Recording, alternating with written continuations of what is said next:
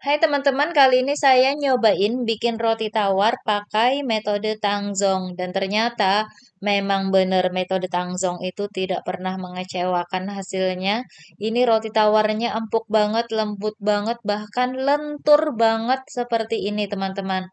Suka banget sama hasilnya dan kalian juga bisa cobain bikin roti tawar selentur ini pakai resep saya yang satu ini ya. Nah, jadi ini saya bikin adonan tangzong 3 resep. Ini ya, biasanya kan satu resep pakai 2 sendok makan terigu, terus dicampur sama air atau susu cair dimasak ya. Nah, ini 3 resep saya bikin totalnya ketika saya timbang itu sekitar 300, hampir 360 ya. Nah, nih, benar 360-an gram. Jadi ini karena tadi 3 resep, jadi saya bagi 3. Jadi untuk satu resep bikin roti, kita perlunya 120 gram adonan tangzong. Cara masaknya sering saya share di video ya teman-teman. Kalian bisa coba cek video-video saya yang pakai metode tangzong. Cara bikin adonan tangzongnya ada di situ. Gampang banget kok, tinggal dimasak di atas kompor pakai api kecil banget sampai dia jadi adonan yang seperti ini tadi ya. Nah, ini adonan tangzong saya tambahin telur, tambahin gula pasir, tambahin susu bubuk, dan juga ragi. Semuanya ditimbang-timbang seperti ini.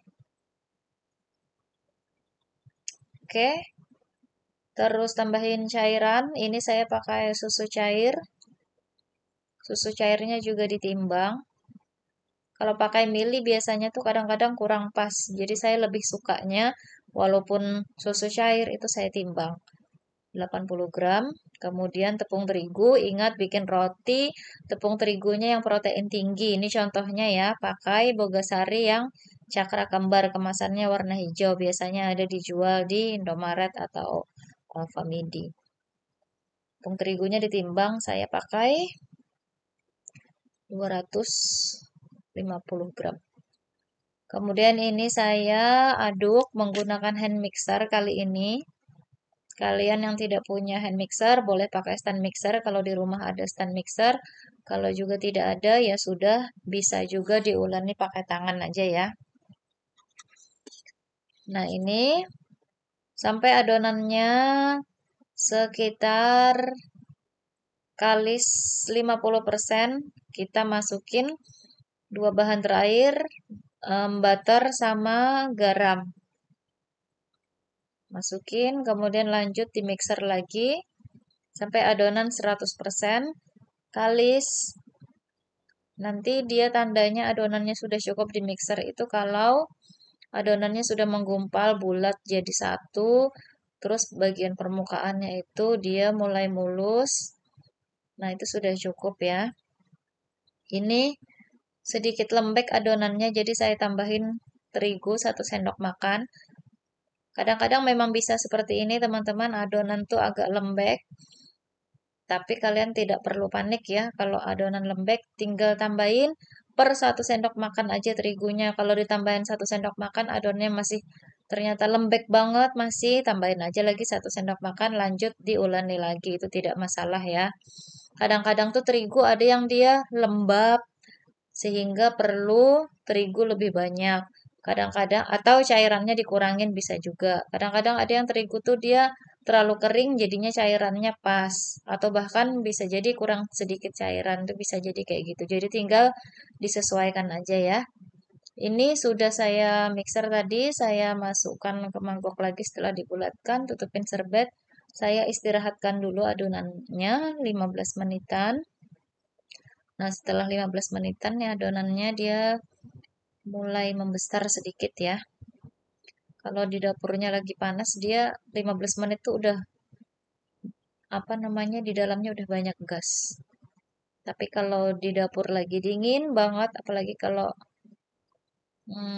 cuaca lagi dingin banget, apalagi kalau bagi yang pakai AC di dapur tuh dia agak lambat adonannya mengembang.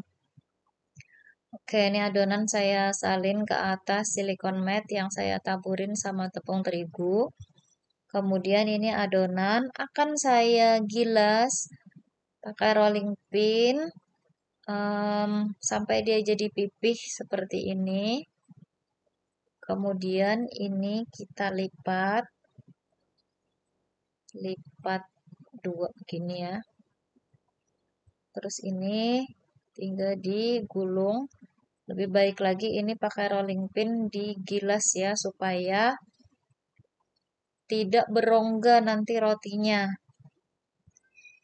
Jadi semakin rapat dia rongganya semakin kecil, kemungkinannya tuh tidak bolong-bolong roti tawarnya ya. Kalau sudah selesai ini digulung, kita masukkan dalam loyang yang sudah diolesin sama margarin. Alasnya saya kasih baking paper supaya nanti tidak lengket dan lebih mudah mengeluarkannya. Tutupnya ini wajib, super wajib banget kalian olesin juga sama margarin supaya nanti ketika matang ini tutupnya bisa kita buka, karena kalau kalian lupa ngasih margarin di tutupnya, pas rotinya matang, itu bakalan lengket banget permukaannya roti tawar di situ. Ini sudah saya diamkan sekitar 40 menit tadi. Sekarang saya tambahin lagi 20 menit ya. Tambahin lagi alarmnya 20 menit. Sambil saya manasin oven. Jadi oven dipanasin 20 menit tuh biasanya pas suhunya di 200 derajat Celcius.